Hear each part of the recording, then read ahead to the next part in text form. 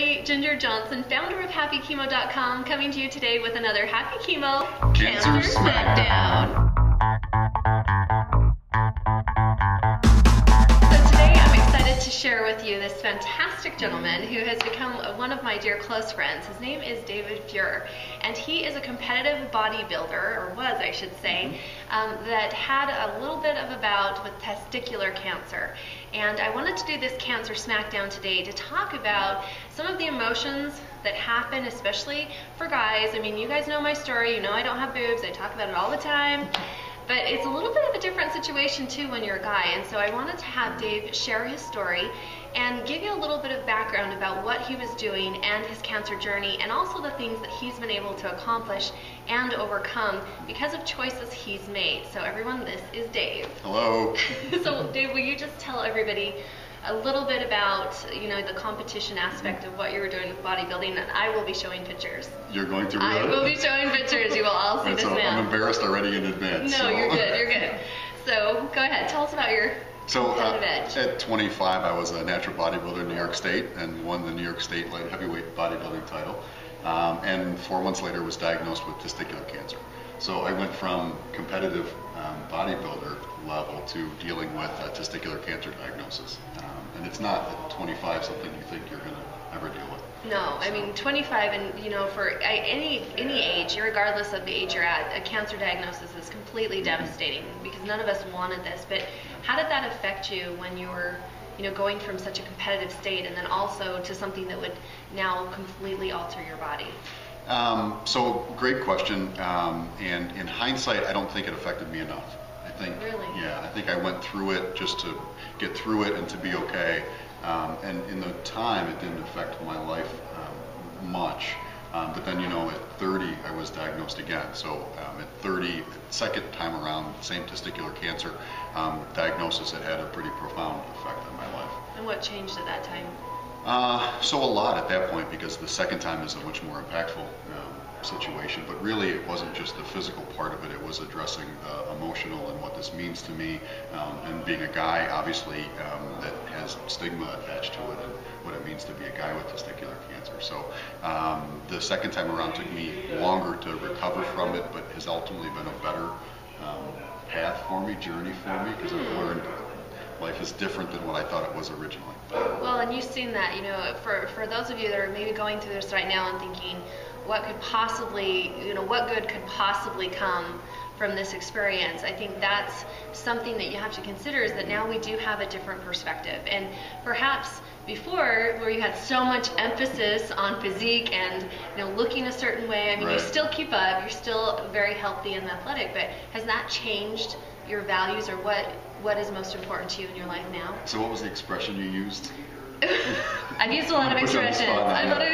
Yeah. Well, okay, so we were talking before we started filming, and I was saying that there was a girl that's been inspirational in my life. Her name is Stephanie Nelson, and she was burned in an airplane crash, 80% of her body. And so she's had to go through skin grafts and, you know, a lot of pain. Maybe even more intense, I don't know, than what cancer is for some people. I won't even put a comparison out there because you just can't compare those things.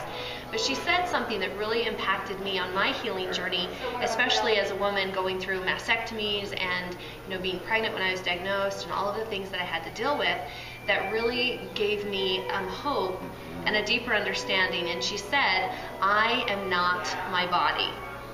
And so we were talking about that because as a bodybuilder, right? Yeah, it's attached a little bit. Like, yeah. Everything was huge in that preface. So how did that affect you? I mean, what shifted when you realized, okay, this is now affecting me? I mean, testicular cancer isn't something that most guys will walk around and wave their hands and say, I got testicular cancer. But, you know, how did that impact you, and how did it change your perspective? And so I went from being competitive bodybuilding, so being judged on how you look and all that kind of stuff, to then a very different perspective on life. And so that's when I say the second time around affected me a lot more, because what I've realized is that when I started at 25, things had a much different perspective and meaning for me in life, and where I'm at now, things are much more meaningful because of going through that. I realize what's most important in my life. And, So those things have changed in a very favorable way. Yeah, So, and the really good thing, and this is the other reason, is that Dave has got his hands in multiple projects, but one that I'm really excited about is called CureLauncher,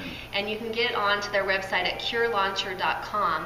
And the reason I loved this, I mean, obviously he's an amazing man, he's done some great things, and he's made some transitions in his life, but he's utilizing all of the skills and talents he has. He's not just all body.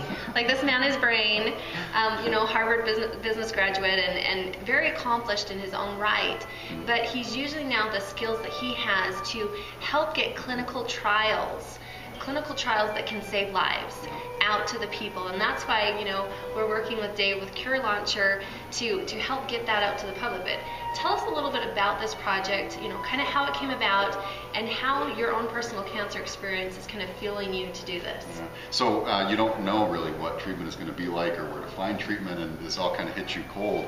And so most people are left wondering, what can I do and where can I find information and what's the best thing for me to do? And so CureLauncher gives people a place to find new treatments that are in development and connect with them. So it gives people power to choose what might be best for them. And sometimes the best treatment is in clinical trials. So it gives people options to consider what's best for them, or if they want to try other things. And so it's great, it's fantastic, because I know what it was like going through treatment, and you do too. Yeah. Very scary process, and you take the doc's word and you hope you're doing the right thing, but we never have enough information. So CureLauncher for me personally gives people a place to find information about clinical trials, and if they're right, to choose them. And so it's great, it's amazing. I love this because our theme that we're working on this year is power to the patients.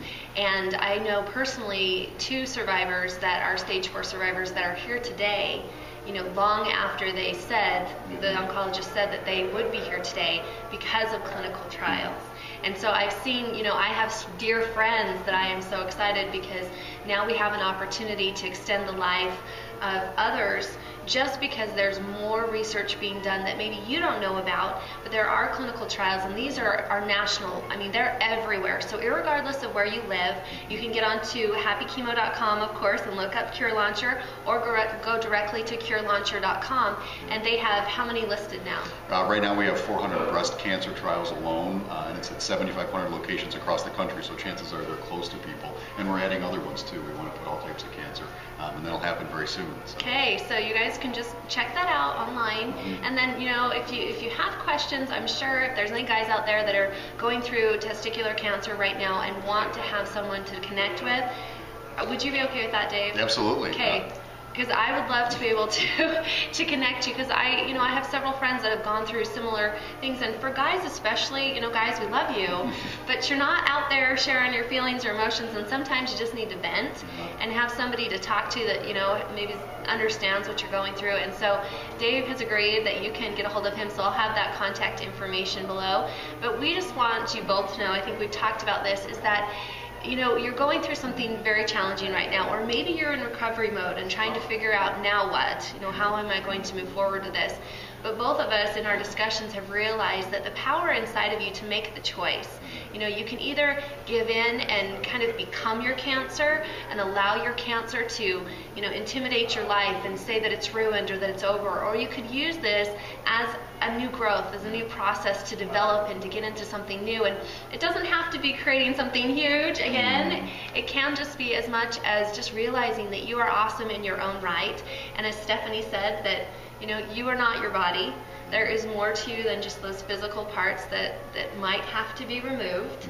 And we understand, I think both of us understand, how important it is to realize that your true value comes from within, not from what you look like. It took me too long to learn that lesson. And what was the biggest hang-up for you? So as a guy, don't openly talk about that, especially testicular cancer or colon cancer or prostate cancer. They're not things that we openly talk about. And so for 10 years, I really didn't talk about it or share it with anybody. And that's more of a burden that you don't need to carry. We heal and get better by sharing and trusting people and being supported. And I kept it inside, internalized it too long. So a lot of people that knew me never knew what I went through, and close people that I saw weekly or daily. And that's not the best way to do it. I was wrong in being embarrassed about my cancer. And what I've learned from now being more open about it is how amazing people are. Thank you. Well, when we're cancer survivors, we all kind of get it, right? Yeah. Like we all know. Definitely. But the support you get when you open up and tell people and you're not embarrassed anymore is humbling and has been amazing. So it's important to know that. That is awesome, and I would highly recommend, again, if you're a guy out there and you want some support, you can connect with Dave. We'll get you that information, but thank you for being with us today. Yeah. And thank you for coming to Michigan. Ginger flew all the way to Michigan to be with us. So. I did. I'm excited to be here. That's great. Yeah, so again, check out happychemo.com. Make sure that you share us with your friends and family. If you have some comments about this post of the Cancer Smackdown, make sure you enter them below. If you want to ask questions or if there's different topics you'd like to see us touch on, by all means, just send us a quick email to info@happychemo.com and we'll make that happen. We are wishing you all the hope, health, and happiness that you can handle. We'll see you soon, guys. Bye.